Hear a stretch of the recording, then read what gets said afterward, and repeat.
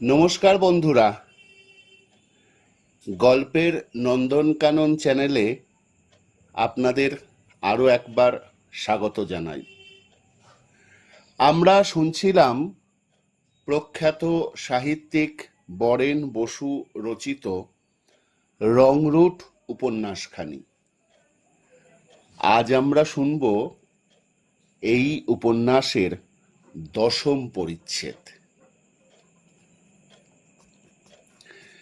ইতিমধ্যে কেটে গেছে 1.5 মাস। আগস্ট আন্দোলনের শেষ রেশটুকুও থেমে গেছে। পাঁচকড়ি আবার সুস্থ হয়ে উঠেছে। শিবেন আবার সহজ জীবনে ফিরে এসেছে। অমল তার মনের অসীম হতাশাকে কাটিয়ে উঠেছে। জার্মানরা মস্কো দখল করতে পারেনি। লেনিনগ্রাদের দিকে আর 1 ইঞ্চিও অগ্রসর হতে পারেনি। এবার তারা ঢুঁ মারছে ককেসাসের দিকে। ইম্ফল অবরোধ করে জাপান সেই একইভাবে বসে রয়েছে। যুদ্ধের পরিস্থিতিতে এই মন্দাভাব কোম্পানিতে এনেছে অলস মন্থর একটা আমেজ। মেজর ব্রাউনের দৌলতে তাঁবুতে তাঁবুতে বাঁশের মাচা হয়েছে। খেলাধুলার হরেক রকম ব্যবস্থা হয়েছে। ছেলেদের জন্যে স্টেটসম্যান আর ফৌজি আকবর নেওয়া হচ্ছে। গান বাজনার জলসা সপ্তাহে অন্তত একবারও হচ্ছে। চার্জশিটের সংখ্যা কমেনি, কিন্তু কয়েদির সংখ্যা কমেছে। RI না দিয়ে তিনি সাধারণভাবে মাইনে কেটে নেন। ছেলেরা মনে করে RI এর বদলে মাইনে কাটা নতুন মেজর সাহেবের অসীম করুণা। দুর্গাপূজা উপলক্ষে কোম্পানিতে 2 দিন ছুটি, অষ্টমী আর বিজয়ার দিন। অমল তাঁবুর মধ্যে বিছানায় উপুড় হয়ে শুয়ে আছে। মেজর ব্রাউন ছুটির দিন সিভিলিয়ান পোশাক পরার অনুমতি দিয়েছেন। জনকয়েক ছেলে অল্প কিছুক্ষণ আগে ধুতি পাঞ্জাবি পরে রেলওয়ে কলোনির পূজা মণ্ডপে গেছে। তাদের পোশাক আশাক দেখে অমলের মনটা কেমন যেন আনচান করে ওঠে। বারবার তার মনে হয় মিনি আর রিনির জন্যে পুজোর জামা কাপড় কেনা হয়েছে কি। অনন্ত আর পাঁচকড়ি তাঁবুর মধ্যে ঢুকল। পাঁচকড়ির আছে একটা সিভিলিয়ান শার্ট, সেইটাই সে খাকি ফুল প্যান্টের ওপর চড়িয়ে নিয়েছে। অমলকে শুয়ে থাকতে দেখে অনন্ত বললে, তোমার কি হলো অমল? পাঁচকড়ি বললে, আর কি, বাড়ির জন্যে মন কেমন করছে। অমল উঠে বসে বললে, সত্যিই একটু মন কেমন করছে। বাবা কিছুতেই পুজোর সময় কাউকেও বাইরে যেতে দিতেন না। এই বোধহয় প্রথমবার পুজোর সময় বাড়ির বাইরে রইলুম। অনন্ত আর পাঁচকড়ির মুখটাও ক্ষণেকের জন্য করুণ হয়ে ওঠে। পাঁচকড়ি সামলে নিয়ে বললে, গুলি মারো ওসব সেন্টিমেন্টাল ব্যাপারে। তার চেয়ে জমাট একটা আড্ডা জমিয়ে নরক গুলজার করা যাক। অনন্ত বললে, সুনীল তো সেই সকালে বিল্বমঙ্গলের মতো নদী পার হয়ে তার চিন্তামণির সন্ধানে গেছে। অমল বললে, তবুও তো সে একটা কিছু করছে, কিন্তু আমাদের কি? তাহলে কি আমরা 3 নম্বর গেটের পথ ধরবো নাকি? তা আমি বলছি না, কিন্তু আমাদেরও কিছু একটা করা উচিত। বড় নির্জীব হয়ে পড়েছি। কিন্তু কি করতে চাও তুমি? পাঁচকড়ি বললে, দাঁড়াও, ওদের সকলকে ডাকি, মতলব একটা চট করে ফেঁদে ফেলা যাবে। তাঁবুর বাইরে গিয়ে সে নাম ধরে হাঁক ডাক শুরু করে দিলে। একে একে এলো খগেন, জয়ন্ত আর শিবেন। তাঁবুর মধ্যে ওরা ঢুকতেই অনন্ত বলে উঠল, এই পুজোতে একটা কিছু উৎসব আমাদের করতেই হবে। শিবেন বললে, এটা কি আর উৎসব করার মতো জায়গা? এখানে বসে শুধু মরণের দিন গোনা চলে। জয়ন্ত ধমক দিয়ে ওঠে, আহ শিবেন, এমন করলে আর বাঁচবে কদিন? দেখো, বাঁচার দায়িত্বটা আমাদেরই, কাজেই তার রসদ আমাদেরই জোগাড় করে নিতে হবে। শিবেন বললে, করো তাহলে, আমি কিন্তু তেমন জোশ পাচ্ছি না। পাঁচকড়ি বললে, তাহলে একটা থিয়েটার করো। জয়ন্ত বললে, অত সময় কই, তার চেয়ে একটা বিজয়া সম্মিলনী করা যাক। বিজয়ার দিন একটা ভোজ, আর ছোট্ট একটা স্টেজ বেঁধে ভ্যারাইটি শো। কোম্পানির ছেলেরা যে যা জানে, নাচ, গান, আবৃত্তি, কমিক, ম্যাজিক, সবই সেই দিন দেখাবে। পাঁচকড়ি বললে, কিন্তু চাঁদা আর কত উঠবে? দেবে তো শুধু হিন্দুরা। জয়ন্ত বললে, কেন, মুসলমানরাও দেবে? আমরা তো আর ফুল বিল্লিপত্তর নিয়ে পুজো করতে যাচ্ছি না, আমরা করতে চলেছি সমস্ত কোম্পানিকে নিয়ে একটা উৎসব। বিজয়াটা তার উপলক্ষ মাত্র। অনন্ত বললে, কিন্তু বেড়ালের গলায় ঘন্টাটা বাঁধবে কে? জয়ন্ত বললে, কেন, আমরা এখনই তাঁবুতে তাঁবুতে গিয়ে আমাদের মতলবটা জানাবো। তাঁবুর লোকেরা তাদের একজন করে প্রতিনিধি ঠিক করবে, সেই প্রতিনিধিরাই সমস্ত ব্যবস্থা করবে। পাঁচকড়ি বললে, কিন্তু এর মধ্যে কোনো এনসিও নেওয়া হবে না। খগেন সমর্থন করে, কোনো মতেই না, ওরা তো কাজের চেয়ে মাতব্বরিই করবে বেশি, আর শেষ পর্যন্ত দেবে ভন্ডুল করে। অমল বললে, আমরা কজনে এখানে বসে এই রকম একটা নিয়ম খাড়া করতে পারি না। যদি কোনো এনসিওকে কোনো তাঁবু তাদের প্রতিনিধি করে পাঠায়, তাহলে আমরা তাকে মেনে নিতে বাধ্য। জয়ন্ত বললে, তার চেয়েও একটা বড় কথা আছে অমলবাবু, এনসিও মাত্রেই তো আর আমাদের শত্রু নয়। ল্যান্স নায়ক দত্ত বা মেডিকেল এনসিও হাবিলদার ব্যানার্জি, কিন্তু হাবিলদার মুখার্জির জাতের মানুষ নয়। কাজেই মাতব্বরি বা ভণ্ডুল করার মতলব না নিয়ে যারাই আমাদের সঙ্গে সহযোগিতা করবে, আমরা নিশ্চয়ই তাদের নেব। সমস্ত ক্যাম্পে একটা সাড়া পড়ে গেল। সকলেই এই উৎসবে রাজি, তাদের মহা উল্লাস। মরা গাঙে আবার যেন জোয়ার এসেছে। চাঁদা উঠতে থাকে, প্রতি মুহূর্তে চাঁদার অঙ্ক বাড়তে থাকে। তাঁবুতে তাঁবুতে কবিতা মুখস্থ চলেছে, সিলেক্টেড সিন আর কমিকের রিহার্সাল চলেছে। ম্যাজিশিয়ান বৃদ্ধ গোপমশাই তার আনুষঙ্গিক জোগাড়ের চেষ্টায় আঁদারে আস্তাকুড়ে ঘুরে বেড়াচ্ছে।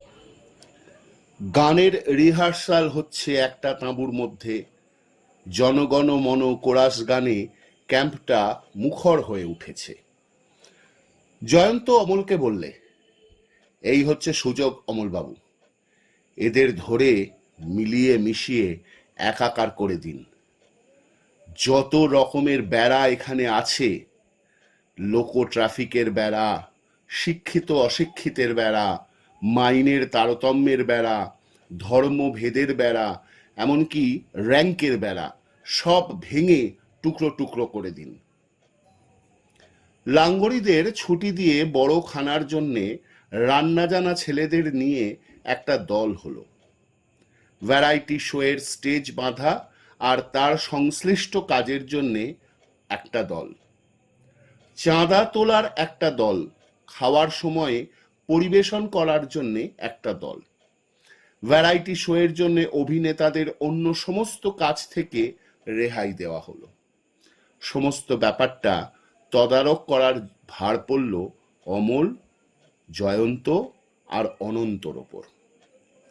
শেষ পর্যন্ত দেখা গেল জন কয়েক এনসিও ছাড়া ক্যাম্পের প্রায় সব ছেলেরই একটা না একটা কাজে লেগে গেছে।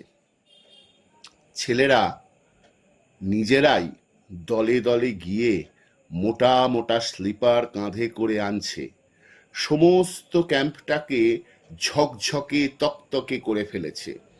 কোথায় কি করতে হবে না হবে তারা নিজেরাই আলোচনা করে স্থির করছে, আর সেই অনুযায়ী কাজ করে চলেছে।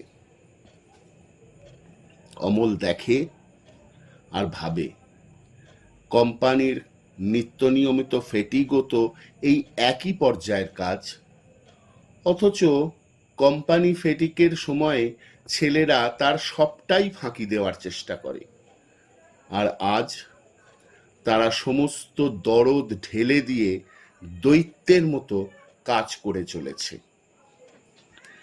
অনন্ত এসে খবর দেয়, জন কয়েক হাবিলদার আর নায়েক চাঁদা তো দিচ্ছেই না, উপরন্তু অন্য এনসিওদের ভাঙানোর চেষ্টা করছে।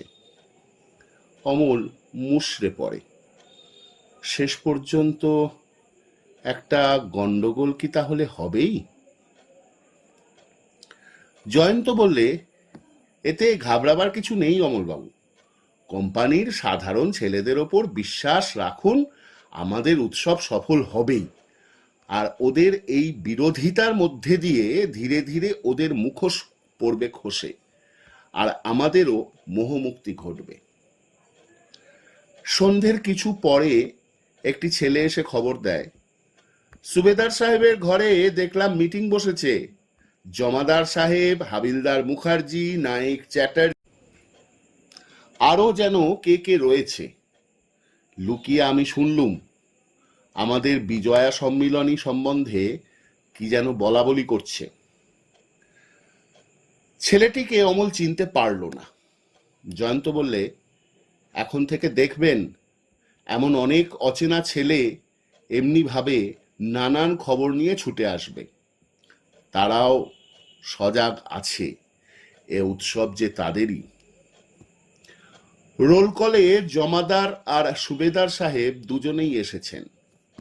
সুবেদার সাহেব বিজয়া সম্মিলনী সম্বন্ধে প্রচুর উৎসাহ দিয়ে মেজর সাহেবের মহানুভবতার লম্বা চওড়া প্রশস্তি গেয়ে চুপ করলেন।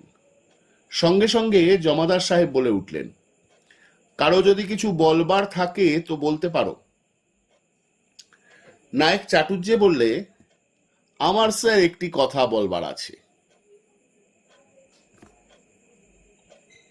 সুবেদার সাহেব অনুমতি দিলেন, ঠিক হ্যাঁ বলো। অমলের মনে পড়ে সেই ছেলেটির রিপোর্ট। তাহলে এরা ষড়যন্ত্র করে এসেছে বিজয়া সম্মিলনীর ওপর আঘাত হানতে। নায়েক চাটুর্যে বললে, কোম্পানিতে যে বিজয়া সম্মিলনী হচ্ছে তার কে যে কি করছে তা আমরা কেউই জানি না, অথচ দেখছি সকলের কাছ থেকেই চাঁদা নেওয়া হচ্ছে। এটা তো আর কারো ঘরোয়া ব্যাপার নয়, এর জন্য কোনো কমিটি হয়েছে কিনা তাও আমরা জানি না। মিলিটারিতে থেকে একটা কাজ যদি ডিসিপ্লিনের সঙ্গে না করতে পারি তার চেয়ে লজ্জার কথা আর কি থাকতে পারে। রোল কলের মধ্যে থেকে একটা স্বর বলে ওঠে, আপনি কত চাঁদা দিয়েছেন মশাই? নায়েক চাটুর্যে বললে, চাঁদা দেওয়ার জন্যে আমি এখনো তৈরি, কিন্তু যার তার হাতে আমি চাঁদা দেব না। সুবেদার সাহেব জিজ্ঞেস করলেন, তোমাদের চাঁদার টাকা কার কাছে জমা হচ্ছে? কয়েকজন একসঙ্গে বলে উঠল, অমলবাবুর কাছে। জমাদার সাহেব খেকিয়ে ওঠেন, বাবু টাবু এখানে চলবে না। কেন, স্যাপার বলতে কি লজ্জা করে নাকি? সুবেদার সাহেব অমলকে সামনে ডাকলেন। অমলের কানে কানে জয়ন্ত ফিসফিস করে বলে দেয়, সাবধান অমলবাবু, ক্ষমতার লড়াই শুরু হয়েছে। মনে রাখবেন, আপনি হচ্ছেন কোম্পানির সব কয়টি স্যাপারের প্রতিনিধি। অমলকে সুবেদার সাহেব বলছেন, আমি কোনো কৈফিয়ত তলব করছি না। কোম্পানির ছেলেরা জানতে চায় বিজয়া সম্মিলনী সম্বন্ধে কি কি বন্দোবস্ত তুমি করেছ। অমলের বুকটা কেঁপে ওঠে, তার গলার স্বর কেমন যেন বুঝে আসে। রোল কলের মধ্যে থেকে কে একজন বলে ওঠে, বলুন অমলবাবু, আমরা আছি আপনার পেছনে। ছেলেটির কথাগুলো অমলের কাছে বড় আপনার বলে মনে হয়, যেন তারা পাশে এসে দাঁড়িয়েছে। চাঙ্গা হয়ে উঠে অমল বলতে শুরু করে, বন্দোবস্ত আমি কিছুই করিনি, করেছে কোম্পানির ছেলেরা। প্রত্যেক তাঁবু থেকে একজন প্রতিনিধি নিয়ে একটি কমিটি হয়েছে। সেই কমিটি আমার ওপর ভার দিয়েছে চাঁদার টাকা রাখার, ভ্যারাইটি শোয়ের ভার দিয়েছে অনন্তের ওপর, আর খাওয়া দাওয়া ও অন্য সমস্ত কাজের ভার দিয়েছে জয়ন্তের ওপর। জমাদার সাহেব খিলখিল করে হেসে উঠলেন, বাহ, বেশ পাকাপোক্ত ব্যবস্থাটি হয়েছে তো। তিনটি দেখছি একেবারে বাছাই করা চিজ। রুদ্ধ আক্রোশে সমস্ত রোল কল একবার যেন ফুঁসে উঠল। নায়েক চাটুর্যে বললে, আসলে ওই তিনজন যা খুশি তাই করছে, আর ওই কমিটি হচ্ছে ওদের লেজুরের দল।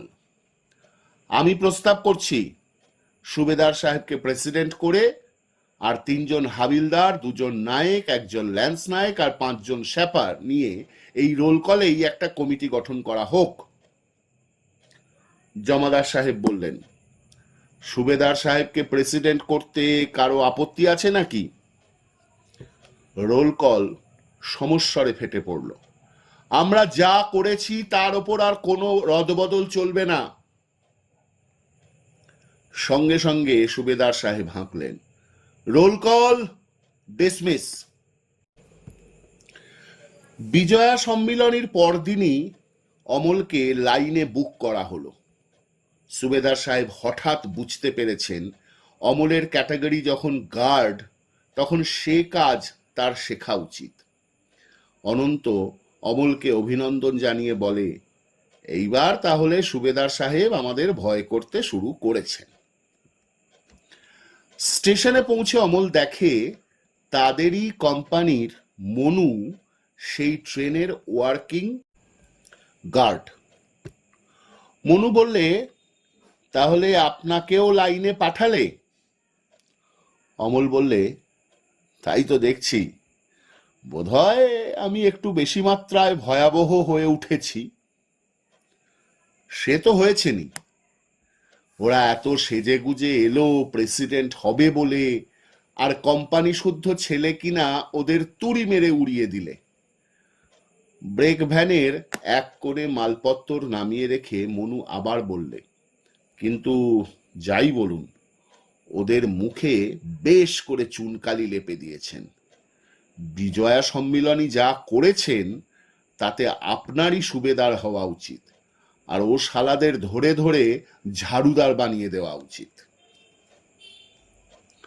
অমল বললে, যাক ওসব কথা, এখন আমাকে কাজকর্ম শিখিয়ে দিন। শুধু ওই সুবেদার আর জমাদার সাহেবের আক্রোশে আজ পর্যন্ত ব্রেক ভ্যানই চোখে দেখিনি, আর আপনারা সেই ইভ্যাকুয়েশনের সময় থেকে রীতিমতো গার্ডগিরি করছেন। আমার কি কম আফসোস? মনু বললে, সেদিন গার্ডগিরি না করায় বেঁচে গেছেন। ওহ, সে কি অমানসিক কষ্ট! এক একটা স্টেশনে দিনের পর দিন পড়ে থাকা, না খাওয়া দাওয়া, না স্নান, না ঘুম, কেবল শুনুন গোঙানি আর কাতরানি। আর সে কি মরা পচার দুর্গন্ধ! সেদিন কি আর গার্ডগিরি করেছি? গার্ডগিরি করছি আজকাল। অনেক মজা আছে লাইনে। অমল জিজ্ঞেস করে, কিরকম? চলুন, সবই হাতে নাতে দেখতে পাবেন। ব্রেক ভ্যান থেকে নেমে কাপলিং পরখ করতে করতে ওরা এগিয়ে চলল ইঞ্জিনের দিকে। মনু বোঝাতে লাগলো, গার্ডের কাজের মধ্যে বরাতটাই হলো সব। যতক্ষণ অ্যাক্সিডেন্ট না হয় ততক্ষণ সকলেই পাকা গার্ড। কিন্তু একটি অ্যাক্সিডেন্ট হলেই বোঝা যায় গার্ড সাহেবের দৌড়। ভ্যাকুয়াম ওয়াগন কখানা গুনে নিয়ে মনু বলল, দেখুন না, সারা ভারতবর্ষের যত মিটার গেজের ওয়াগন এনে জড়ো করেছে এই আসামে। ভ্যাকুয়াম দিয়েছে মাত্র 8খানা। এই রকম পাহাড়ি দেশে ওই 8খানা ভ্যাকুয়াম দেওয়া আর না দেওয়া একই কথা। তা বলে ট্রেন নিতে আপত্তি করার উপায় নেই। যদি আপনি আইন দেখিয়ে বেঁকে দাঁড়িয়েছেন, অমনি এদিক থেকে আসবে সিভিলিয়ান স্টেশন মাস্টার হাঁপাতে হাঁপাতে, আর ওদিক থেকে আসবে আরটিও চোখ রাঙাতে রাঙাতে। বুঝলে না ব্যাপারটা?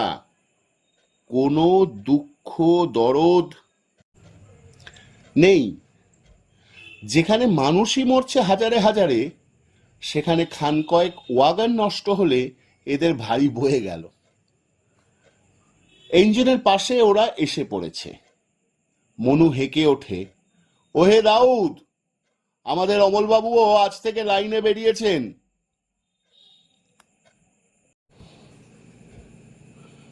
দাউদ খাঁ ইঞ্জিন থেকে মুখ বাড়িয়ে বলে, তাই নাকি? অমলকে দেখতে পেয়ে বললে, সে ভালোই করেছেন। একটু চা খাবেন নাকি অমলবাবু? উত্তরের অপেক্ষা না করেই বললে, ওরে চাঁদ মিয়া, অমলবাবুকে চা দে রে। মগটা গরম জলে ভালো করে ধুয়ে নিস, বুঝলি? অমল বললে, আমার বরাত দেখছি ভালোই, সবই তো কোম্পানির লোক। তা তুমি আমাকে কাজকর্ম শিখিয়ে দিও দাউদ। দাউদ ইঞ্জিন থেকে নেমে এসে বললে, সে আর আমাকে বলতে হবে না, এই জিজ্ঞেস করুন না মনুবাবুকে। আমি তো আর ওপেন মার্কেটের লোক নই, আমি হচ্ছি খাস রেলের লোক। শালা লোকো ফোরম্যান লোভ দেখিয়ে ফুসলে ফাসলে মিলিটারিতে দিলে ঢুকিয়ে। এখানকার কারবার সারবার যে এরকম, এই যদি ঘুণাক্ষরেও জানতুম, তাহলে কোন শালা বউ ছেলেমেয়ে ছেড়ে এই শালাদের খপ্পরে এসে পড়ত। ক্ষণেকের জন্যে দাউদ চুপ করে থাকে। বোধহয় তার অসামরিক জীবনের দৃশ্য, তার ছেলেমেয়ের মুখগুলো তার চোখের ওপর ভেসে ওঠে। গভীর একটা দীর্ঘশ্বাস ফেলে আবিষ্ট ভাব থেকে নিজেকে মুক্ত করে নিয়ে আবার বলতে থাকে, ভালোই করেছেন অমলবাবু। শুনেছি ক্যাম্পে আপনার ওপর খুব জুলুম করে। ভালো মানুষকে তো ও শালারা বরদাস্ত করবে না। যত শালা চুকলিখোর। দেখুন, ওদের খুব পেয়ারের লোক। ভালোই করেছেন লাইনে বেরিয়ে, এখানে অনেক মজা পাবেন। চাঁদ মিয়া অমলকে চা দিলে। চায় চুমুক দিয়ে অমল বললে, কতদিন লাগবে দাউদ কাজ শিখতে? দাউদ বলে উঠল, কতদিন?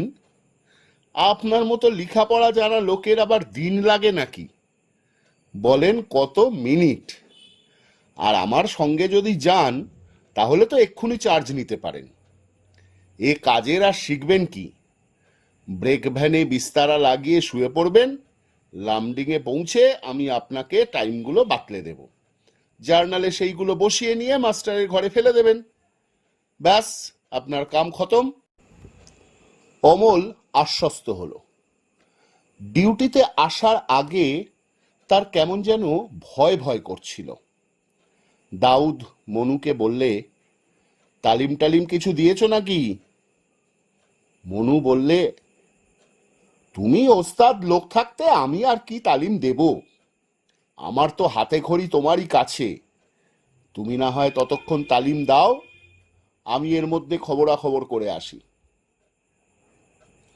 দাউদ ফুট প্লেটের ওপর একটা পা তুলে দিয়ে অমলকে বললে, বুঝলেন না, 2-4 পয়সা রোজগার তো চাই, এই মাইনেতে কি আর পোষায়? সবই যদি আমি খেয়ে ফেলবো, তাহলে আর ঘরে আমার ছেলে বউ খাবে কি? তার ওপর এমনি হয়েছে এ শালার দেশ, একবার লাইনে বেরোলে অন্তত 10টি টাকা খরচা। অমল বললে, এত খরচা কিসের? রেশন তো দিয়েই দিয়েছে। ও রেশন সোলজার হয়ে খাওয়া চলে, কিন্তু লাইনে বেরিয়ে ড্রাইভার বা গার্ড সাহেবের খাওয়া চলে না। লাইনে আমাদের একটা ইজ্জত আছে, ও রেশন তো আমরা ভিখারিকে দিয়ে দিই, তার ওপর এটা সেটা খরচ তো আছেই। এটা সেটা আবার কি? এই ধরুন না, আগুন তাপে 16 ঘন্টা 18 ঘন্টা থাকতে হবে, এক আধ পাঁট না টানলে কাজই করা যায় না। তা শালার জঙ্গলি দেশে বিলেতি তো পাওয়াই যায় না, আর দেশি যা বানায় তা আমাদের কলকাতার ধেনোর কাছে একেবারে ঘোড়ার মুত। কিন্তু এত টাকা পাও কোথায়?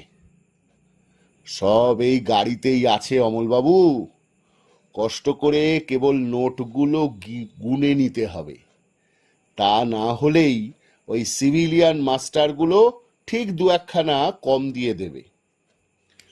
মনু ফিরে এলো। দাউদ জিজ্ঞেস করলে, হলো নাকি কিছু? মনু বললে, তেমন সুবিধে নয়, সবই খুচরোর খদ্দের। পানিহাটিতেও 2 বস্তা চিনি, ডিগারুতে 4 বস্তা চাল, আর জাগিরোতে 8 বস্তা আটা। একটু থেমে অমলকে বললে, রেট জানেন তো?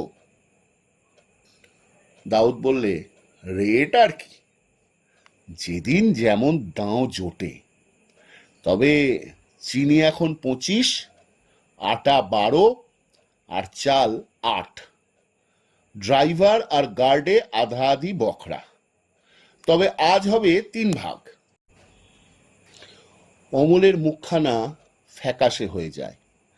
আঁতকে উঠে বলে, না না দাউদ, আমার ভাগ চাই না। দাউদ আর মনু মুখ চাওয়াচাই করে মুচকে হাসে। মনু অমলের পিঠে একটা চাপড় মেরে বললে, সে পরে যা হয় করা যাবে, এখন চলুন তো ব্রেকে, টাইম তো প্রায় হয়ে এলো। ব্রেক ভ্যানের মধ্যে ঢুকে অমল অবশের মতো বসে পড়ে। তার হাত পা থরথর করে কাঁপতে থাকে। ওয়াগন ভেঙে মাল বিক্রি করা, এরই নাম উপরি রোজগার। মনুর হিসেব মতো মোট যা মাল বিক্রি হবে তা থেকে আসবে 180 টাকা। তার মানে তার ভাগে 60 টাকা। 60 টাকা! মিলিটারিতে ঢুকেছিল সে 56 টাকায়, জুন মাস থেকে বেড়েছে 5 টাকা। ফিল্ড সার্ভিস ভাতা আর সেপ্টেম্বর থেকে 2 টাকা বেসিক পে, মাসে মোট 63 টাকা। আর এই এক ট্রিপে 60 টাকা!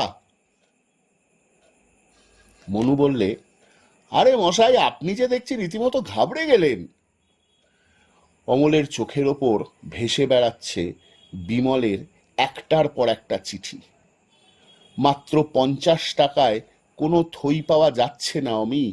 জিনিসপত্রের দাম যেভাবে বেড়ে চলেছে তাতে কোনো মতেই খরচে কুলিয়ে ওঠা যাচ্ছে না। প্রতি মাসেই মোটা টাকা দেনা পড়ে যাচ্ছে। আর তো সংসার চলে না ভাই, যে কোনো উপায়েই হোক আর কিছু বেশি পাঠাবার চেষ্টা কর। অমল ভাবছে, এই 60 টাকা যদি সে বাড়িতে পাঠায় তাহলেই কি সংসার চলবে? মিলিটারিতে ভর্তি হওয়ার সময়ও সে ভেবেছিল চাকরি পেলেই সংসারের অভাব মিটবে, কিন্তু আজ দেখতে পাচ্ছে তা সম্ভব হয়নি। তার মাইনের টাকায় সংসার চলছে না, আরো টাকা চাই, কিন্তু কোথায় পাবে সে টাকা? গাড়ি ভেঙে চাল, আটা, চিনির বস্তা বিক্রি করে, অর্থাৎ চুরি করে। চোখ ফেটে অমলের জল আসে। এই কি সে চেয়েছিল জীবনে? এইভাবেই কি সে বাঁচতে চেয়েছিল? চুরির টাকা নিয়ে সে ভাই বোনকে মানুষ করতে চেয়েছিল? বিয়ে থা করে সুখে ঘরকন্না করার এই কি চেহারা? বিমর্ষ ম্লান চোখ দুটো তুলে সে মনুর মুখের দিকে তাকালো। মনু বললে, উপায় কি বলুন, বাঁচতে তো হবেই। আর এ কাজ করে চলেছে আরটিওর ওপর মেজর থেকে রেলের কুলি পর্যন্ত। আপনি একা দৈত্যকুলে প্রহ্লাদ হয়ে করবেন কি বলুন? তবু অমলের মনে হয় এই টাকা নেওয়ার ব্যাপারেও তো আরো খানিকটা সৎ হওয়া যায়। মনুকে বললে, না, সে কথা আমি ভাবছি না। বলছিলাম কি, 3 ভাগ কেন, হওয়া তো উচিত 5 ভাগ। ফায়ারম্যান দুজনেরও তো ভাগ থাকা উচিত। মনু হেসে উঠল। আপনি যে মশাই দেখছি রীতিমতো সাম্যবাদী হয়ে উঠলেন। টাকাগুলো যদি সব বিলিয়েই দেব, তাহলে আমি বা এত মাথা ঘামাতে যাব কেন, আর ঝুঁকি বা নেব কেন? আপনি কি ভাবছেন দাউদকেও কি ঠিক হিসেব দিয়েছি? দাউদও তেমনি দুটো একটা করে টাকা দিয়ে ফায়ারম্যান গুলোর মুখ বন্ধ করে রাখবে। হ্যাঁ, তবে সমান সমান ভাগ হবে আপনাতে আমাতে। বুঝলেন না? কাকে কাকের মাংস খায় না।